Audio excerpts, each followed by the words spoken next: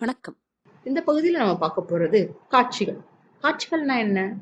காட்சிகள் என்பது கதையின் விவரிப்பையும் கதை முன்னேறும் விதத்தையும் கட்டும் ஒரு பசை போன்றது. உங்கள் நாவலை எழுத நீங்கள் திட்டமிடும் போது நீங்கள் காட்சிகளை சிந்திக்கிறீர்கள். தனித்தனியான சிறு சிறு காட்சிகள் சேர்ந்து ஒரு முடிவை நோக்கி செயல்படும் போது அது ஒரு கதையாக உருவாகின்றது. காட்சிக்கும் அத்தியாயத்துக்கும் என்ன டிஃபரன்ஸ்? காட்சி வேற, அத்தியாயம் வேற. ஒரு அத்தியாயத்துல ஒரு காட்சியோ இல்ல ஒன்றுக்கும் மேற்பட்ட பல காட்சிகளோ இருக்கலாம். சில சமயங்கள்ல ஒரு அத்தியாயத்துல ஒரு காட்சியும் அந்த காட்சியினால் ஏற்படுற ஆஃப்டர் எஃபெக்ட்ஸும் எக்ஸ்பிளைன் பண்ணிருக்கலாம். சில சமயங்கள்ல எழுத்தாளர் என்ன பண்ணுவாங்கன்னா, படிக்கிறவங்களோட ஆர்வத்தை தூண்டுறதுக்காக ஒரு காட்சியை பாதியிலேயே நிறுத்துறதும் உண்டு. காட்சியில பல வகை உண்டு. அதுல சில வகை உதாரணங்களை நம்ம பார்க்கலாம். முதல் வகை ஒரு கேரக்டர் ஏதாவது செயலை செய்யறது. இது இன்டர்னலா இருக்கலாம், இல்ல எக்ஸ்டர்னலா கூட இருக்கலாம்.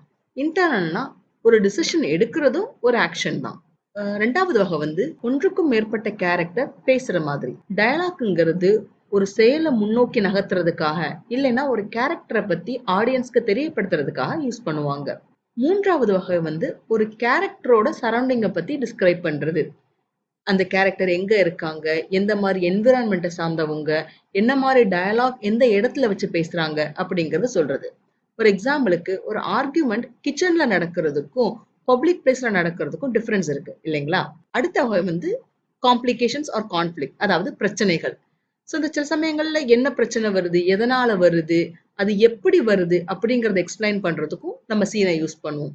சில சமயங்கள்ல கேரக்டர் ஒரு ஆக்ஷன் பண்றாங்க, எல்லாமே ஸ்மூத்தா நடக்குது, எல்லாமே ஸ்மூத்தா நடக்குதே அப்படின்னு யோசிக்கிறதும் நம்ம ஒரு சீனா வைக்கலாம். அடுத்த வகை எமோஷன்ஸை எக்ஸ்பிளைன் பண்றது.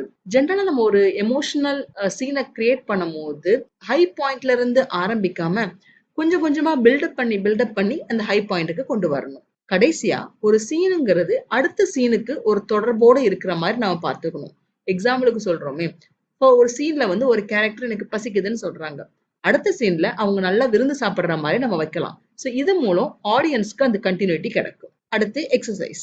நீங்க இப்ப எழுதுன அந்த கதை கருல ஏதாவது ஒரு சீனை கொண்டு வாங்க. அந்த சீனை எந்த விதமா விவரிக்கலாம் அப்படின்னு முடிவு பண்ணுங்க. பகுதியை நம்ம அடுத்த வீடியோல பார்க்கலாம்.